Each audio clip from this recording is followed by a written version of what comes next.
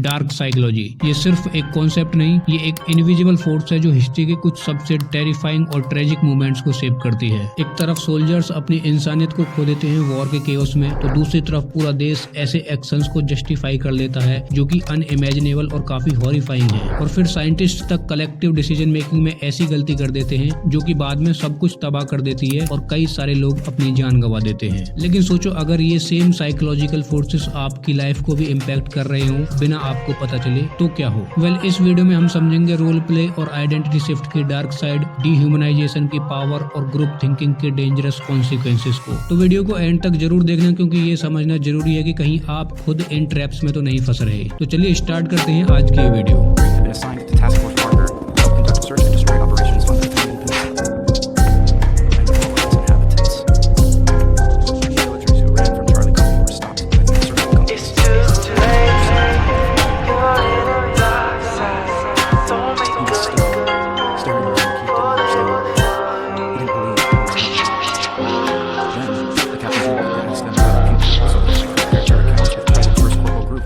Very few, if any, escaped.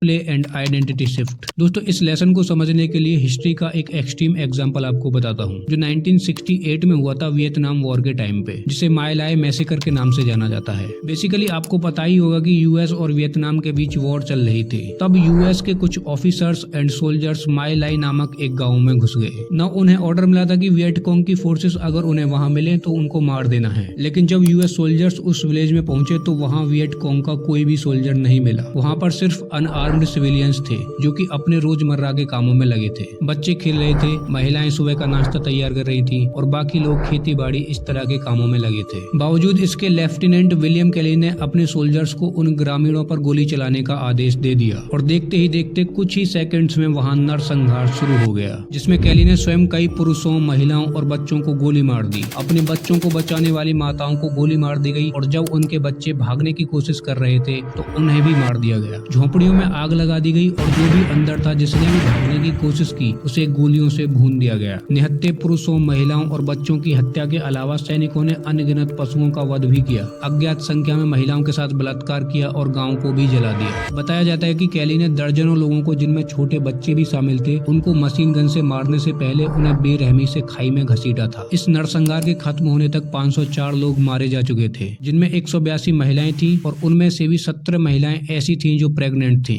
और 173 बच्चे, जिनमें 56 ऐसे बच्चे थे जिनकी एज 1 वर्ष से कम थी। नाउ इस पूरी घटना के बाद जब सोल्जर से ये पूछा गया कि ऐसा क्यों हुआ, तब उन्होंने अपने एक्शंस को ये कहते हुए जस्टिफाई किया कि we are just following orders from higher rank officials, यानी कि हम सिर्फ हायर रैंक से मिले ऑर्डर्स को फॉलो कर रहे थे। नाउ ये एग्जांपल आपको बताता है कि कैसे अगर आप किसी इंसान को एक रोल प्ले करने को बोलो, एक आइडेंटिटी दे दो या उसे एक टाइटल दे दो, तो कई बारी लोग उसे आंख बंद करके फॉलो करने लग जाते हैं और ऐसा करते वक्त वो खुद के हिडन एजेंडाज को पूरा करने की भी कोशिश कर सकते हैं। और इसी को लेकर साइकोलॉजिस्ट फिलिप जिम्बार्डो कहते हैं कि give people a title and they live up to it often in extreme ways, यानी कि लोगों को एक टाइटल दे दो तो वो उसे एक्सट्रीम्स में भी फॉलो करेंगे। और ये करने के लिए कई बार साइकोलॉजी का एक कॉन्सेप्ट यूज होता है जिसे बोलते हैं dehumanisation, turning people into others. दोस्तों, एक काफी शॉकिंग रियल लाइफ एग्जांपल इसका रवांडा जेनोसाइड का है, जो कि 1994 में हुआ था। बेसिकली रवांडा में दो तरह की कम्युनिटी पीसफुली रहती थी, हुतू और तुत्सी कम्युनिटी माइनॉरिटीज में थी। तो वहाँ के पॉलिटिकल लीडर्स, बड़े बड़े मीडिया आउटलेट्स और मिलिटियंस ये सभी तुत्सी लोगों को ये कहकर प्रचार कर रहे थे कि ये लोग मनुष्य से कमतर हैं और उन्हें एनईएनजी यानी कि कॉकरोचेस और एंजोका यानी कि सांप कहकर बुलाया करते थे। और ये चीज रेडियो ब्रॉडकास्ट में, पैम्पलेट्स में, स्पीचेस में लाइव ब्रॉडकास्ट होती थी पूरे के पूरे देश में, जिस वजह से लोग तुत्सी लोगों को सांप और कॉकरोचेस की तरह समझने लगे। और इसके साथ ही तुत्सी लोगों के खिलाफ प्रोपेगेंडा चलाए गए, फेक इन्फॉर्मेशन फैलाई गई और फैब्रिकेटेड स्टोरीज फैलाई गई। और इसके बाद हैवानियत की जो तस्वीर पूरी दुनिया ने देखी, उसे देखकर इंसानियत भी शर्मसार हो गई। हुतू समुदाय के लोगों ने तुत्सी समुदाय के लोगों को कॉकरोचेस और स्नेक्स की तरह मारना शुरू कर दिया। पड़ोसी को मार रहा था, हस्बैंड अपनी वाइफ्स को मार रहे थे क्योंकि वो तुत्सी कम्युनिटी की थी। सड़कों पर खून बह रहा था, तुत्सी लोगों को बिना किसी दया के मारा काटा जा रहा था। उन्हें स्कूल्स, चर्चों, अस्पतालों और यहाँ तक कि जेलों में भी मार दिया गया। तुत्सी कम्युनिटी की महिलाओं और बच्चों के साथ मास जिसने बलात्कार किया और उन्हें मार डाला, और ऐसा लगातार 100 दिन तक चलता रहा। 100 दिन के अंदर ही 8 लाख से ज्यादा लोगों का नरसंहार हो चुका था। और ऐसा क्यों हुआ?